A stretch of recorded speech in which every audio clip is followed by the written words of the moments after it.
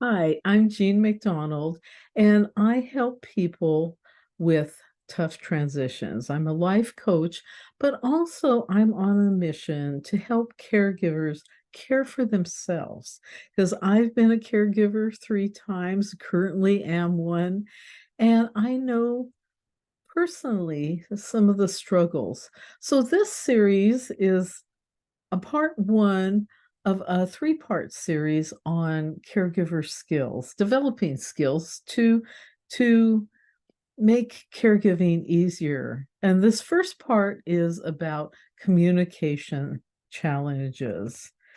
And so the first issue on communication challenges is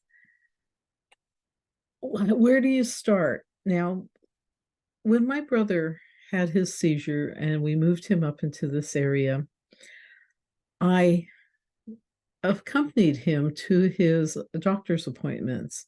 And his first appointment, I really wanted to record what was said because this whole thing about seizures was very new to me. And my brother has some cognitive impairments. So I was worried about how we were going to interpret what the medical professionals were going to say. Well, I was told we couldn't record anything. I couldn't record on my phone. So I pulled out pencil and paper and took notes. But even trying to take notes, not understanding the language, not really understanding what my brother's prognosis was, what how the medications would help him, how what are the side effects if we change medication, what was his risk of seizure. There's so many questions.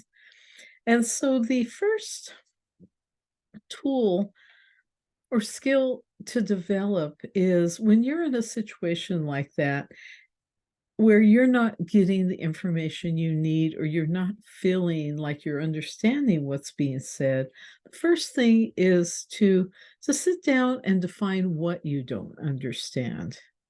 And with my brother and I, we left that appointment confused, but in my notes I had, oh, they talked about focal epilepsy. Okay, let's Google that, find out what that's about. This mild cognitive impairment, will he ever be able to drive again? Will it improve? Will it get worse? And when my brother was particularly worried about um, his medication, he had a question about dosages, and they were supposed to send him this information, and they didn't.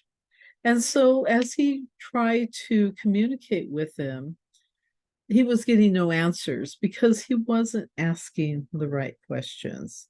So, one thing is by defining what exactly you don't understand. And in my second talk on the series, I'll talk about how to best communicate with these health professionals.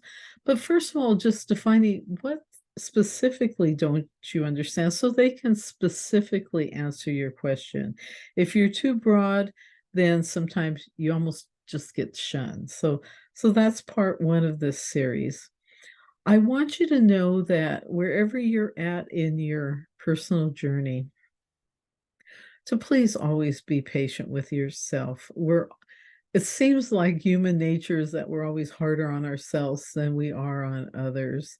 And so part of this caregiving care is knowing that this isn't easy stuff, and you can be intelligent, you can be driven, you can be financially fluid, all this stuff, but it doesn't always make it easier if you lack some of these skills. So this first skill, define what you don't understand and approach your health professionals with that question. That's all for today.